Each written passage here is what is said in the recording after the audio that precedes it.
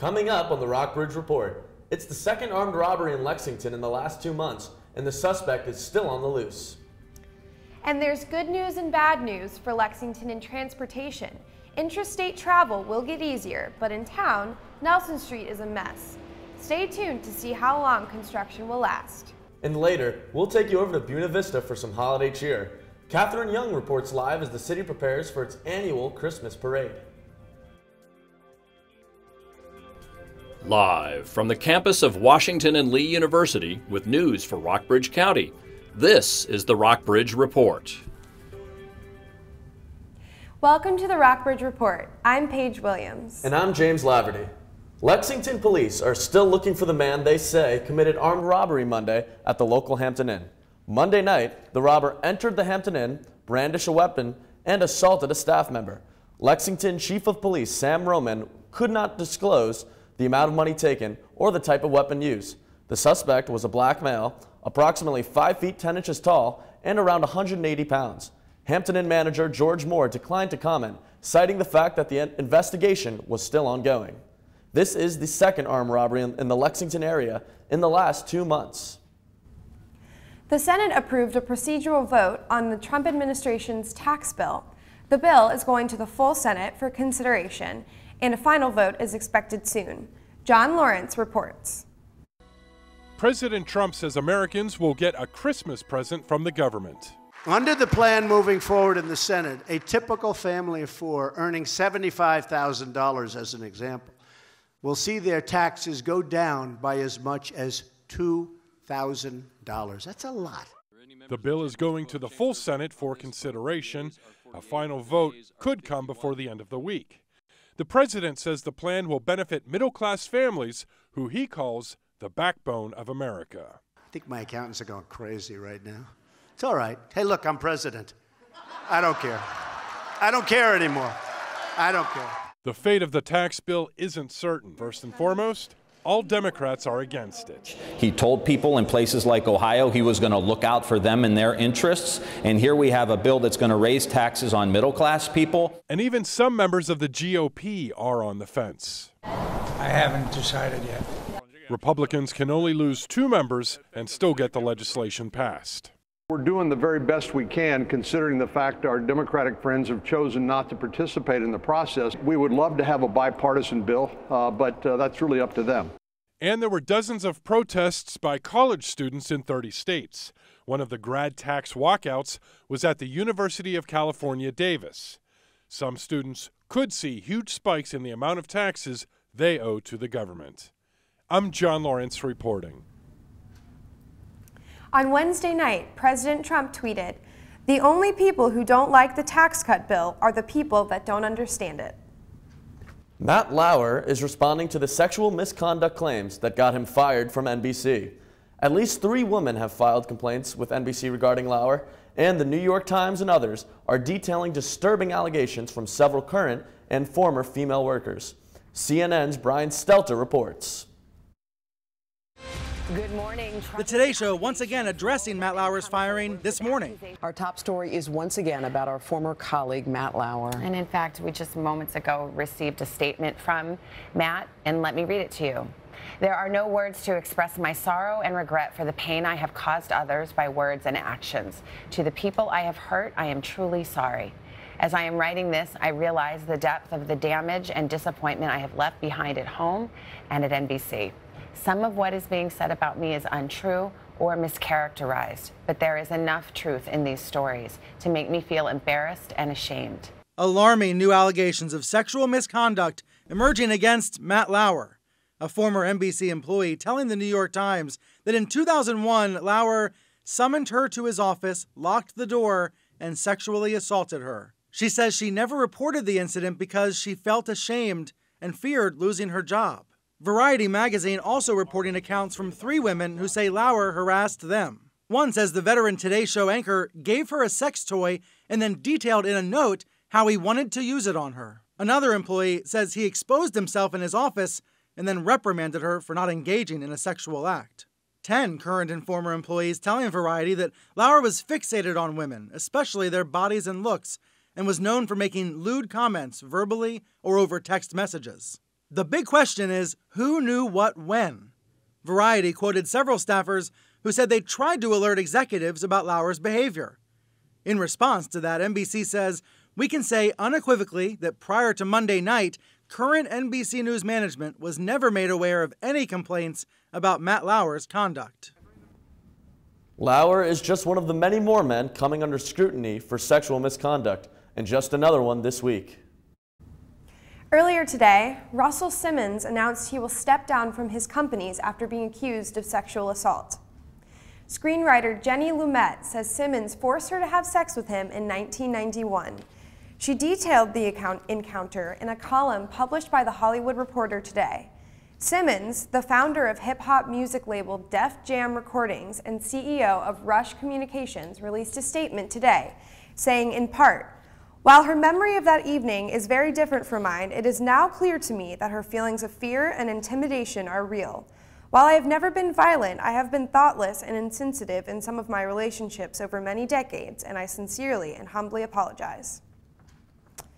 Gun violence has been in the news in the last 2 months with mass shootings in Las Vegas and in Sutherland Springs, Texas. In the Rockbridge area, the reaction is typically a discussion about gun rights. Bryn McCarthy spoke with local gun owners, the president of High Country Outfitters, and Lexington's chief of police to learn more about local gun policies and opinions. The Second Amendment states that Americans have the right to bear arms. Lexington Chief of Police Sam Roman acknowledges the difficulties that police officers face while trying to protect people's rights and also their safety. There's a fine line for law enforcement, how much do you do in the name of safety without encroaching upon existing laws, and you just have to find that gray, that area in the middle and operate there. Roman explained that Virginia is an open carry state. In order to carry concealed, there's a process through the court system that you must adhere to, which is not an arduous process. Obviously, if you're a convicted felon, you're not allowed to carry a firearm. Manager of High Country Outfitters, Monty Jesse, says he carries his concealed firearm at all times for his own protection. I'm carrying a firearm right now, and you do not see it, and that's how I prefer it. Because there's, again, that misconception. You'll see mothers grabbing their children, "Oh my God, he's got a gun," even though you're not carrying it in a threatening manner whatsoever. Jesse believes in the right to carry a gun for personal safety, but he also supports background checks.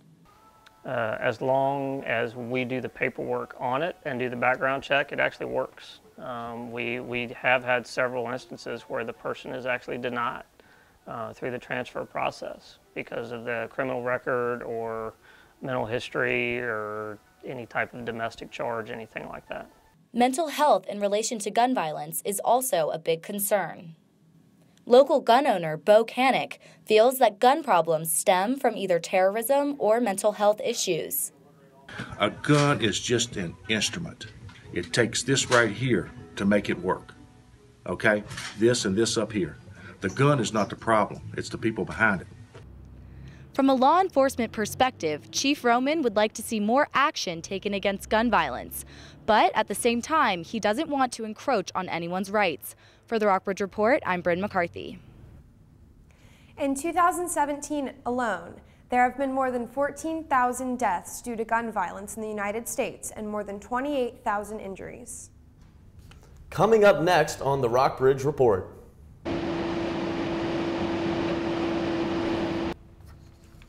We'll tell you what all the fuss is about over on Nelson Street and just how long the construction will last.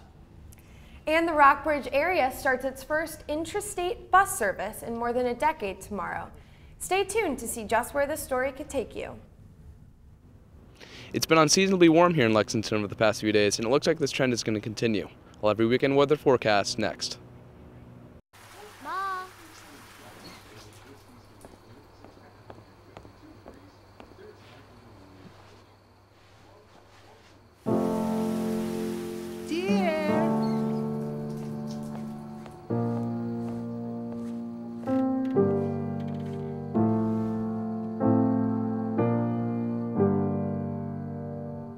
Visit aarp.org/caregiving for information on how to provide even better care for the person who wants to care of you. Your son wants to get a cat, I'll really take care of it. but you're allergic. Do you A, prepare yourself,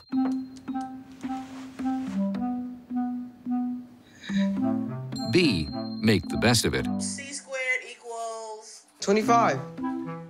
Good job! or C, find a loophole? When it comes to parenting, there are no perfect answers, but that's okay, because you don't have to be perfect to be a perfect parent. Teens in foster care will love you just the same. Listen, I realize that I'm not perfect, but it all really started to change because you judge me for having a problem. No one is going to know that I need help. I need help. I know that no one is going to judge me for having a problem. I realize that I'm not perfect, but it all really started to change because you listen.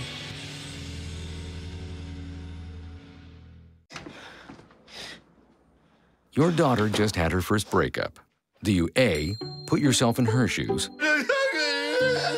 B, console her, don't worry, sweetie. This is gonna happen a lot. or C, find her a new boyfriend? Nice single boys.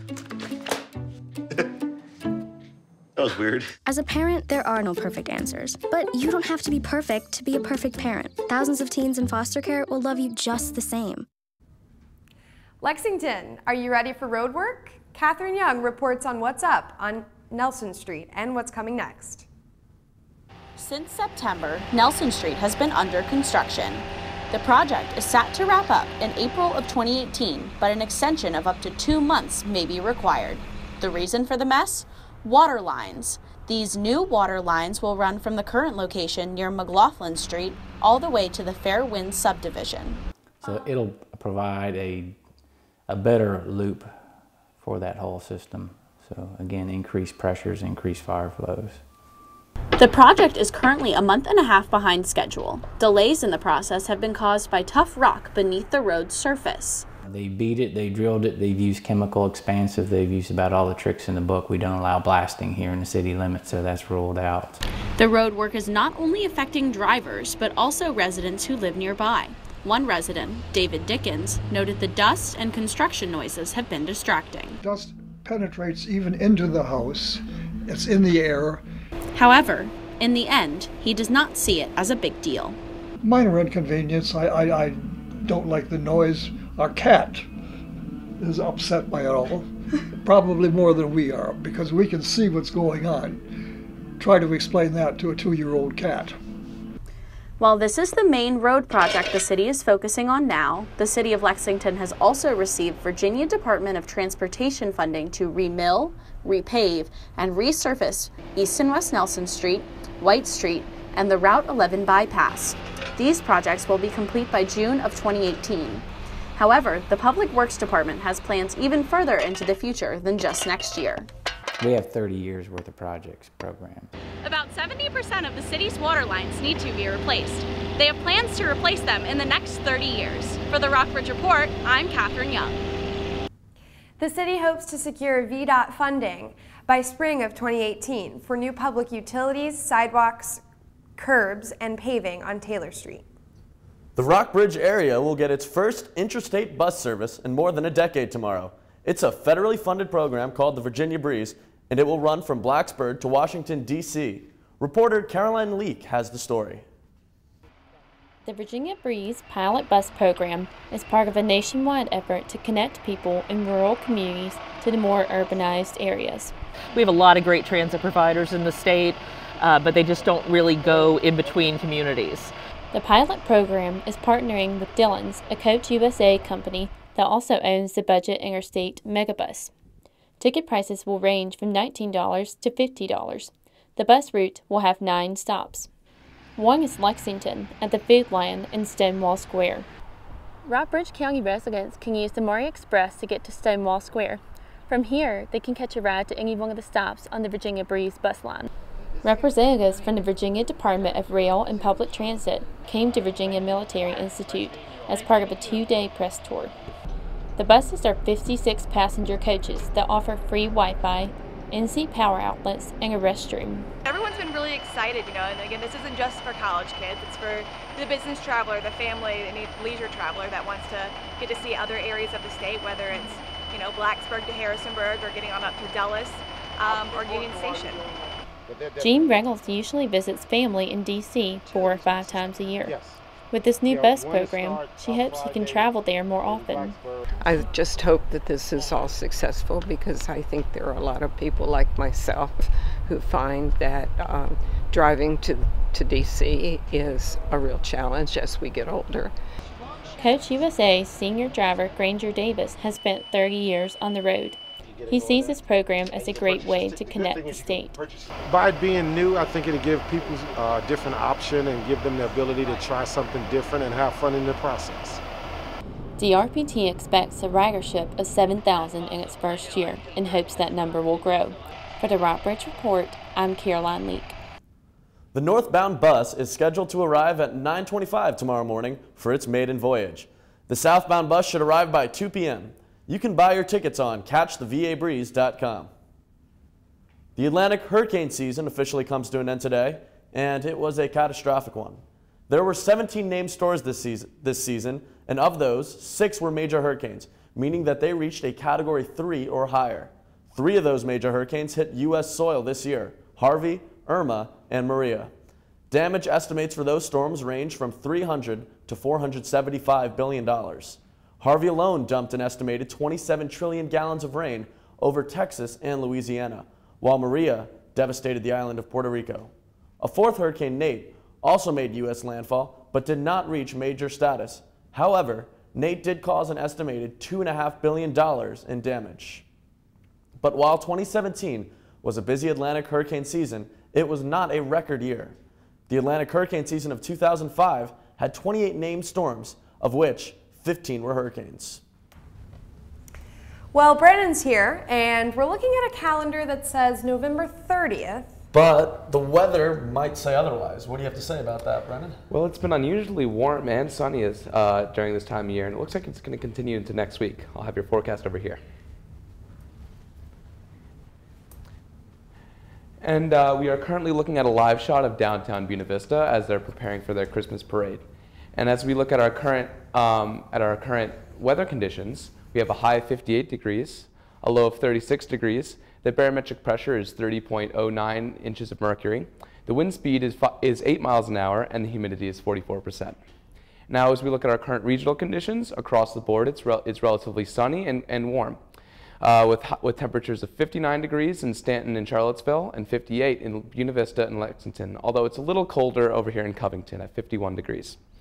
And now as we look at our current radar, you can see a lot of this precipitation is moving east towards the coast, which is what is giving us these wonderful clear skies. And now as we look at our 5-day forecast, across the board, it looks like it's going to continue to be sunny and warm into early next week. Friday is going to have a high of 58 and a low of 30. It's going to get a little colder on Saturday with a high of 52, although Sunday and Monday look to be warmer with highs of 57. Although Tuesday, it's expected to be cloudy and a 40% chance of rain. Back to you guys. Coming up next on the Rockbridge Report, Devil's Backbone is brewing up business and production. Don't go away. Reporter Keenan Willard takes us behind the scenes of Rockbridge County's premier craft brewery's new distribution facility. And property tax bills are due next Tuesday for the Rockbridge area. But it also happens to be the year for reassessment in Lexington. Stay tuned, and we'll tell you what this means next. There are 16 million children struggling with hunger in America. That's 1 in 5 daughters, sons, neighbors, and classmates who don't know where their next meal is coming from. Yet billions of pounds of good food go to waste every year. It's time we do something about it. Feeding America is a nationwide network of food banks that helps provide meals to millions of kids and families in need. Visit feedingamerica.org to help them feed even more. Together, we can solve hunger. Together, we're feeding America.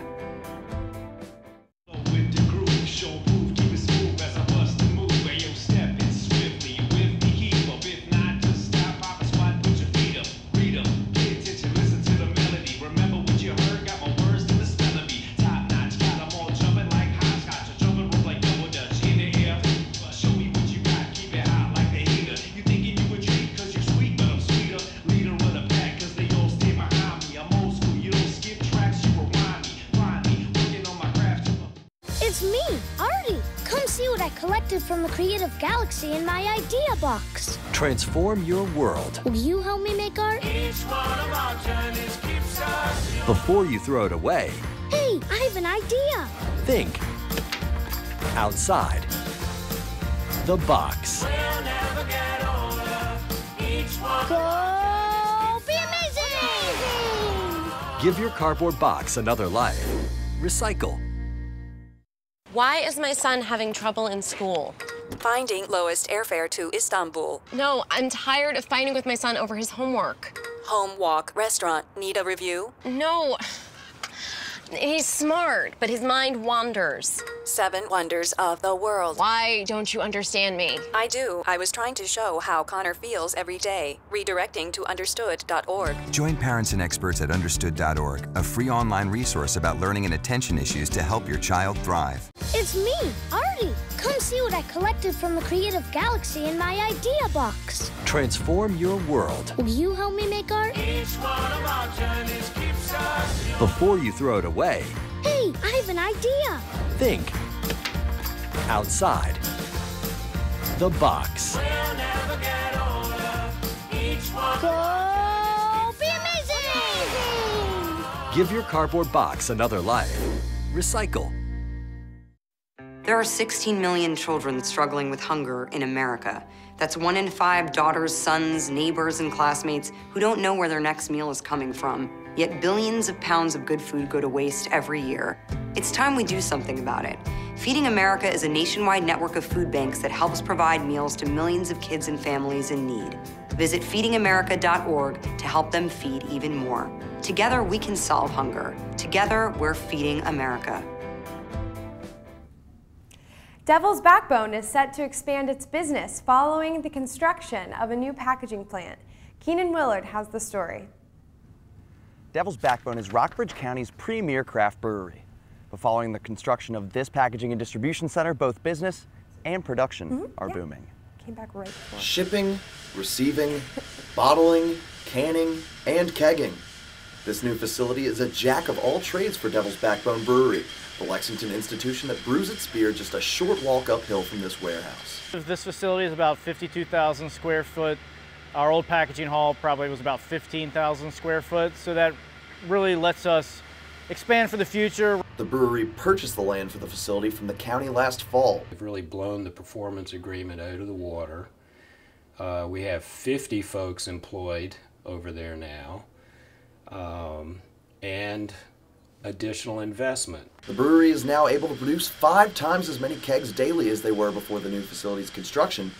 Administrators hope that uptick in production will lead to a greater consumer base for the brewery and ultimately bring an influx of tourism dollars to Rockbridge County. The fact that they're here brings a lot of folks in just to visit the brewery, get to know the area a little bit, spend some time around here, spend a few nights, eat in their restaurants and get on out of town. For those who are already fans of the brewery, the availability of space in the brewing facility that was previously devoted to packaging means one thing: more new beers. As we speak, Devil's Backbone is hosting vendors at the new facility for an open house and tour to celebrate the new construction. Property tax bills in the Rockbridge area are due next Thursday. This also is the year for reassessment in Lexington, although the next values won't be reflected in tax bills until after next July. Lexington selected Wampler Ains Appraisal Group to reassess property values this year. A 2-person team has a temporary office in City Hall. They are going door to door to check on whether houses have had changes inside that affect the square footage and room structure. Next year, residents will have a chance to appeal their assessment if they disagree about what their house is worth for tax purposes. Rockbridge County High School students will soon have a new option to add to their class schedules. The school is planning to offer a new course specializing in drone technology this spring. But drone flight is already nothing new to many students. Alexander Klein reports. If you've seen or heard a strange object in the sky near Rockbridge County High School recently, you are not imagining things. Students in the robotics technology class are flying a drone all year as part of the curriculum. Teacher Alton Jarvis sets up various simulations for students to practice their skills. Sometimes I'll plant different items in the on the practice field where we fly and the students can fly up to it and use their skills of flying and camera manipulation to determine what the item is. One student in the class is even taking the curriculum a step further. Peter Saylor is working on an independent project to essentially build the brain of his own drone and allow it to fly. I felt that got to a point where it was so contrived to try and figure out what other people had done that I just wanted to program it in my own way and make a control system that made sense to me. In the spring, the school is looking to launch a new class specifically related to drones. Career and Technical Education Supervisor Stephen Wilder says it will be designed as a sandbox class to determine what materials and curriculum work best. Beginning next fall, the school will start a one-year program consisting of 2 classes. The first semester will teach students how to fly the drone and prepare them to get their drone flight license from the Federal Aviation Administration. The second semester focuses on practical applications. Some kids want to do the flying and want to get really good at the flying. Some kids not so much. They want to deal with the video side. Some kids want to race.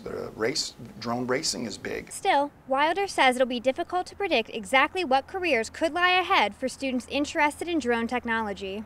So knowing where that's going and finding the right spot for us as, at the high school level versus college level, or connecting with industry or higher education, we just don't know that yet. So that's the interesting and exciting piece. At Rockbridge County High School, I'm Alexandra Klein for the Rockbridge Report. Rockbridge County High School hopes to partner with local universities, especially Virginia Military Institute, to help develop the program. Stay tuned. After the break, we'll be live in downtown Buena Vista as the city prepares for its annual Christmas parade.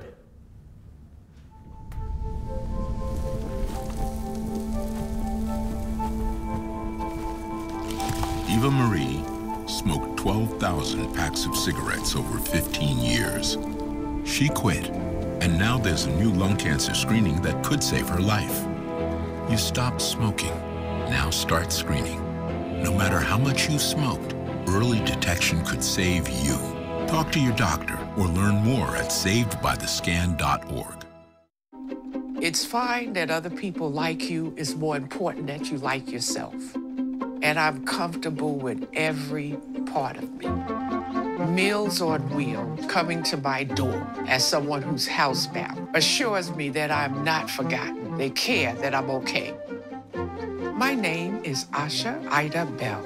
America, let's do lunch. Drop off a hot meal and say hello. Volunteer by donating your lunch break at americaletsdolunch.org.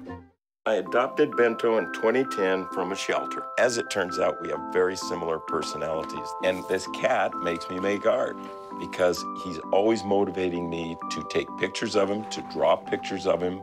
He just is motivating artistically. It's just that simple. Well, he's my best friend, but a lot of people know him as Keyboard Cat.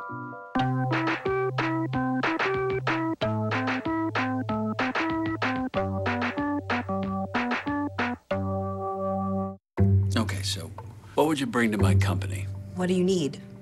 I need problem-solving skills. I got through high school without a car, a phone, or a computer. No college degree, though. Not yet, but life's taught me a lot, and I'm ready for more. Well, you're not the typical kind of candidate that I hire. But you are exactly what I'm looking for. Your company could be missing out on the candidates it needs most. Learn how to find a great pool of untapped talent at gradsoflife.org. We have Aspen here with us to tell us about sports. What do you have today, Aspen? Thanks, Paige. Well, in local sports, Washington and Lee's men's soccer team lost to 5th-ranked North Park in the Sweet 16 of the NCAA tournament earlier this month. But their overall success in the season didn't go unnoticed. And as we begin to see the end of the seasons for fall sports, winter sports are kicking off their seasons. Washington and Lee's Southern Virginia track and field teams will both travel to Roanoke this weekend to compete in the Roanoke Bass Crager Invitational. The VMI wrestling and basketball teams will both host this Saturday. The wrestling team faces against Franklin and Marshall at 4 o'clock. And the men's basketball team will play Radford at 1 o'clock. The Southern Virginia's basketball and wrestling teams will also play on Saturday. The wrestling team will travel and play at McDaniel at 12 o'clock. The men's basketball team will host Wesley at 3 o'clock. In high school sports, Rockbridge County's high school's boys basketball team will travel to play Allegheny High School on Friday at 7 o'clock. The high school girls team will play James River today at 7 o'clock. Perry McClure's girls basketball team will play at Floyd County High School today at 5:30. That's all for sports. Back to you. Thank you, Aspen. Reporter Catherine Young now joins us live in Buena Vista, where people are anxiously awaiting the city's Christmas parade. How are things going out there, Catherine? I'm Catherine Young, reporting live from Buena Vista. This evening, floats such as the one behind me will parade down Magnolia Avenue in the annual Christmas parade. This float was built by the Building Bridges Group Home in Glasgow, and it is their first year participating in the parade. Floats will begin lining up at 6 p.m. and the parade will start at 7. James and Paige, back to you. Thank you, Catherine. Looks like everyone will be in full Christmas spirit just a few hours from now. And just a earlier clarification regarding the tax bills. We stated that they were due on Thursday when they're actually going to be due on Tuesday. But stick around. After the broadcast, reporter Noya Joe sits down with the director of the Chamber of Commerce, and Allison Murtagh interviews Tom Stanley, the Rockbridge County Agricultural Extension Agent. Have a great evening. That's all for our broadcast tonight. Thank you for watching. You can stay up to date on the news by following along at our website at rockbridgereport.wlu.edu. Have a great evening.